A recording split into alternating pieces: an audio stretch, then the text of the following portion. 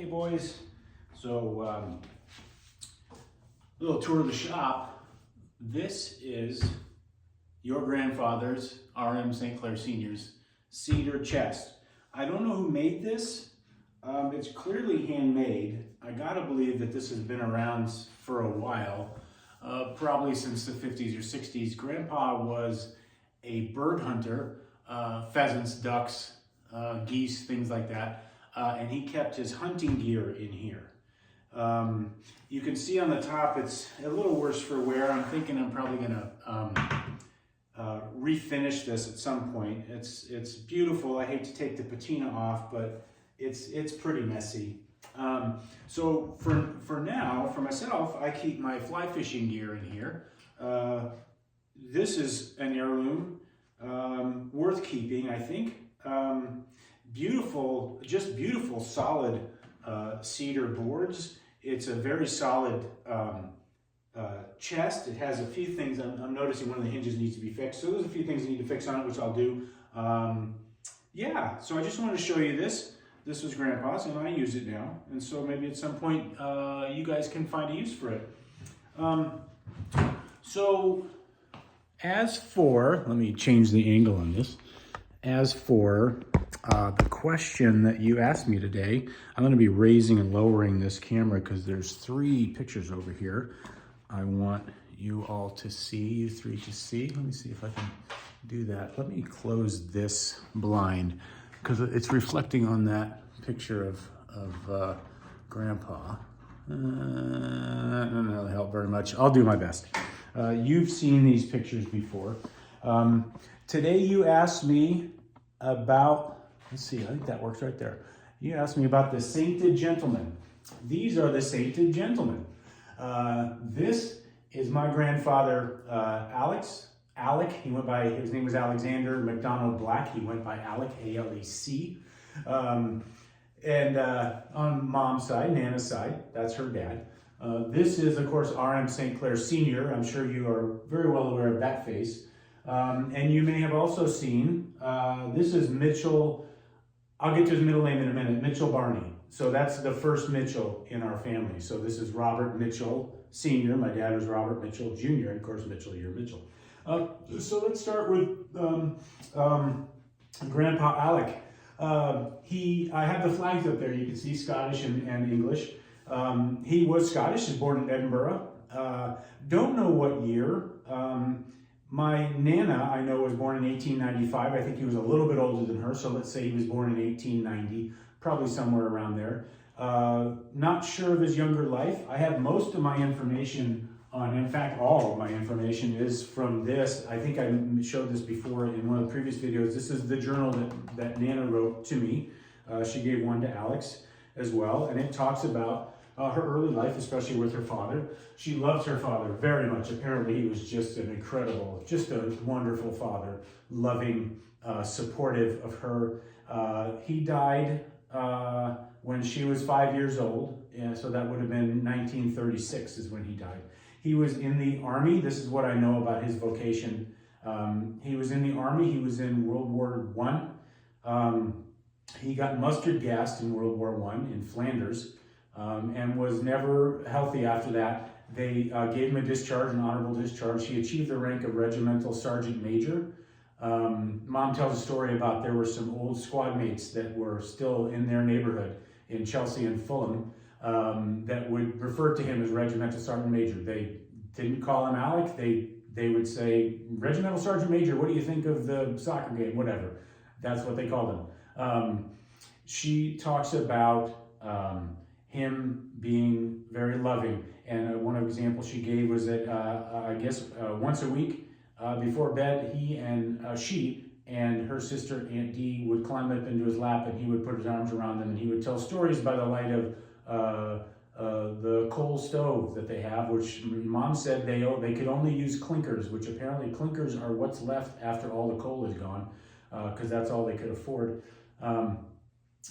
Yeah, born in Edinburgh, married my Nana, who was Irish. Nothing in there about where they met.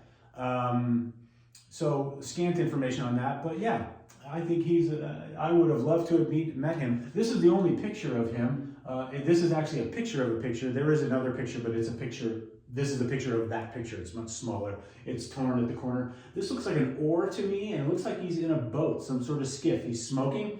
Handsome guy. Very much looks like that side of the family. He looks very much like my mother there. He's in his uniform. Yeah, I would have loved to have met him. This, of course, is R.M. St. Clair Sr. My Aunt Debbie and Aunt Meredith took some oral histories that they typed up, and so there's a couple of things in there from him. Apparently he was called Saint. He had 7 brothers and sisters. I met 2 of them, his brother Bill and his sister Dorothy, who went by the name Dodo. And Marion, I think there was a Marion, and Amber. Anyway, 3 or 4 of them I met. I met them in the course of my life. Yeah, he was called. They would call him Saint. I guess Bobby, or Robert didn't suit him. Called him Saint. He ran away a whole lot, like very, very often. He said the last time he ran away, he was 10 years old, and they caught him on the roof of a freight train and pulled him down, so he couldn't get away. So he was going to go ride the rails. What I know about him is he was an excellent, excellent grandfather. Oh my goodness, did he take care of me and Alex? Not a demonstrative man, not a openly loving man like we are in our family. Apparently not just a horror of a father. I would not have wanted to be his son.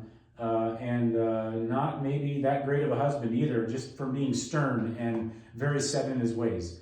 That's the way it was presented to me by Aunt Meredith. I had a long conversation with her. He was in World War I as well. He was in the Signal Corps. I still have his jacket that, from 1917 or whatever it was. He was I guess 17 years old. He was born in 1899. He was 17 years old when he went in.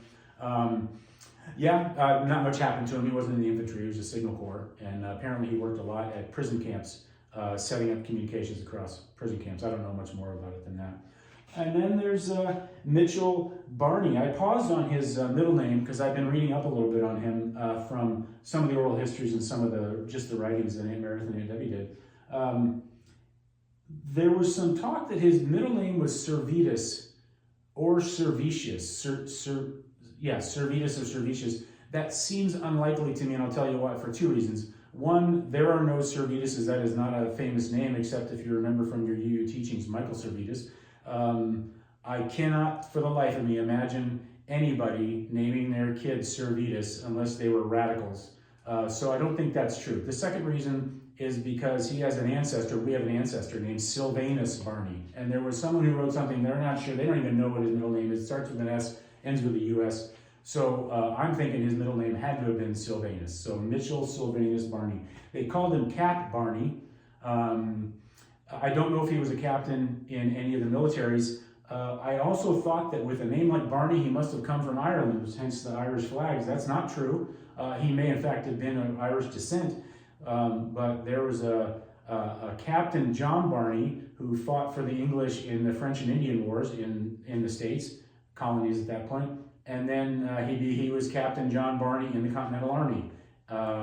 So apparently he was born in 1730. Captain John Barney. There's actually a fairly good family tree that takes it from Captain John Barney all the way down. Actually, Barneys go back to the Mayflower.